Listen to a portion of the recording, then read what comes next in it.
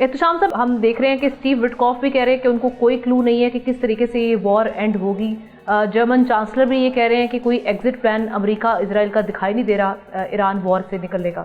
تو آپ یہ سارے معاملات دیکھتے ہوئے، جب شمالی کوریا بھی حمایت کر رہا ہے مشتبہ خامنہئی کا، انہوں نے مکمل حمایت کا اعلان کر دیا ہے. ادھر سے یوکرین ہم دیکھ رہے ہیں کہ وہ گلف کنٹریز کو ہر طرح کی ایڈ پرووائڈ کرنے کے لیے تیار ہو چکا ہے. تو اب یہ سارے اور پھر رشیا کا کردار، یہ سارے اسٹیک ہولڈرز اب شامل ہو چکے ہیں. کیا کس جانب جائے گی، کیا منظرنامہ بنے گا آگے پھر؟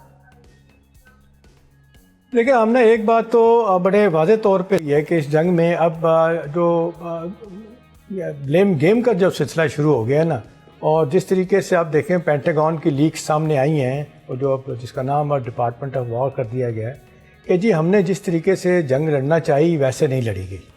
اس کا مطلب کہاں لوپ ہول تھے، کہاں سے غلطی ہوئی، مس کیلکولیشن کس جگہ ہوئی، ایک تو یہ ہو گیا. پھر یہ جو ابھی سردار صاحب بات کر رہے تھے کہ جو یہ بات ہو رہی ہے کہ جی کن لوگوں کی طرف سے، کن ملکوں کی طرف سے مدد مل رہی ہے. یہ ٹرمپ صاحب سے بھی سوال پوچھا گیا تھا چین اور جاپان کا، تو چین اور رشیا کا. چین کے بارے میں تو انہوں نے کچھ نہیں کہا، لیکن یہ کہا کہ میری اطلاع ہے کہ رشیا بھی اس میں نہیں ہے.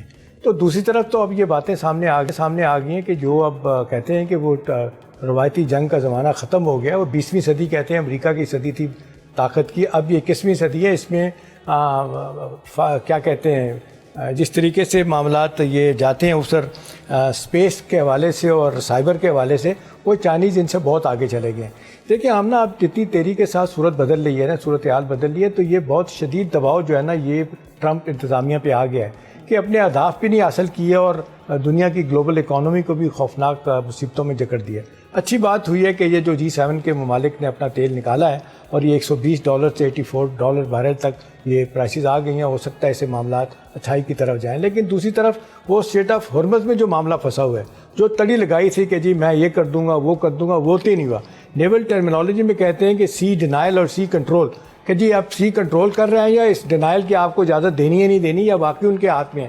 تو بظاہر تو لگتا ہے کہ یہ اسٹیٹ آف ہارموز یہ باقاعدہ ہے جو ہے نا ان کے کنٹرول میں ہے. اب یہ الزامات شروع ہو گئے ہیں کہ جی وہ اب سرنگیں بچھائی جا رہی ہیں بارودی ایران کی طرف سے. تو میرا خیال ہے بے تحاشا ان کو مشکلات کا سامنا کرنا پڑ رہا ہے. اور وال اسٹریٹ جرنل کی آمنہ یہ رپورٹ کہتی ہے کہ اس جنگ کے خاتمے کے بعد اگر یہ پتہ چلتا ہے کہ موجودہ رہبر خامنہئی کے صاحبزادے وہیں موجود ہیں اور یہ ایران کا نظام وہی جس کو کہتے ہیں تھیوریکریسی ہے اور مذہبی جس کو کہتے ہیں انتہا پسندی کے معاملہ وہی ہے، تو پھر ہمیں یہ ماننا پڑے گا کہ ہمارا فیلئر ہوا ہے. ہم یہ نہیں کہہ سکتے جنگ جیتی گئی. تو میرا خیال ہے بہت سے حوالوں سے تو ہم نے یہ لگ رہا ہے کہ جنگ اب بچانے کی کس طرح بات ہو رہی ہے. ابھی جو ٹرمپ کے وہاں سے خبریں آ رہی ہیں امریکہ سے، وہ یہ کہتے ہیں کہ ٹرمپ اس وقت جنگ بند کریں گے جب ان کے ایڈوائزر فارملی ان کو بتا دیں گے کہ بھئی دیکھیں اس کا اتنا معاشی نقصان ہو چکا ہے کہ ہم مڈ ٹرم الیکشن نہیں جیت سکتے، تو شاید اس طرف سوچیں گے کیا کرنا ہے. تو میرا خیال ہے بہت زیادہ مشکلات ہیں. میں بھی سردار صاحب سے سوال پوچھ لیتا ہوں. سردار صاحب یہ بتائیں، آپ کا ماشاءاللہ بڑا تجربہ ہے، آپ بہت اچھی طرح سے سارے معاملے کو دیکھ رہے ہیں، میں آپ کو سنتا ہوں بھی، مختلف چینل پہ آپ جاتے ہیں. ایک تو جو آمنہ بات کر رہی تھی نا، ایک اس کو دوبارہ میں پوچھنا چاہوں گا.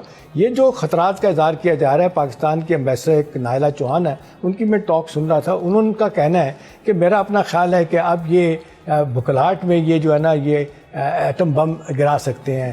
اور جس طریقے سے یہ معاملہ آگے جا رہا ہے، نیوکلیر لڑائی میں دیکھ رہی ہوں، اللہ نہ کرے ایسا ہو، تو یہ تو بڑے خوفناک اس کے معاملات ہو جائیں گے. یہ تابکاری اثرات، ہم تو بالکل ساتھ بیٹھے ہیں اور پوری دنیا میں. آپ کو لگتا ہے کہ ٹرمپ کی پرسنالٹی کو دیکھتے ہوئے وہ یہ کام کر سکتے ہیں کہ نہیں اب نہیں کچھ ہو سکا تو یہ کیا جائے؟ اور دوسرا آپ کے خیال میں یہ سفارتکاری ناکام ہوگی ہر طرف سے، کوئی بیچ کا راستہ نہیں نکل سکتا جنگ بند کرانے میں؟ اور یہ اپنے 2-3 باتیں ہوں گی، ایک ایران کا اور اپنے GCC ممالک کا جھگڑا اتنا کیوں آگے چلا گیا؟ دیکھیے، اس کا جزوی طور پر میں پہلے بھی جواب دے چکا ہوں، لیکن میں اس میں تھوڑا سا اضافہ کرتا ہوں کہ صدر ٹرمپ جو ہے کابینہ یا اس کے علاوہ کانگریس کی اجازت نہیں دے گی، کیونکہ ان کا جو ان کی توجہ کا مرکز و محور ہے وہ مشرق وسطیٰ نہیں، وہ چین ہے. تو اس وقت اگر وہ یہاں استعمال کر لیتے ہیں جوہری ہتھیار تو ان کے لیے مشکلات بڑھ جائیں گی. میں نے بلکہ اس خدشے کا اظہار کیا تھا کہ یہ ہو سکتا ہے کہ امریکہ کا پلان بھی یہ ہو کہ اس جنگ کو یہاں سے منتقل کر کے بحر الکاہل میں لے جائیں. تو لیکن اسرائیل سے یہ بعید نہیں، اور نتنیاہو جو ہے جس قسم کی ان کی ذہنیت ہے، جس قسم کی ان کی اپروچ رہی ہے، تو وہ یہ قدم اٹھا سکتے ہیں. کیونکہ میں نے یہ کہا تھا اس وقت، ابھی جو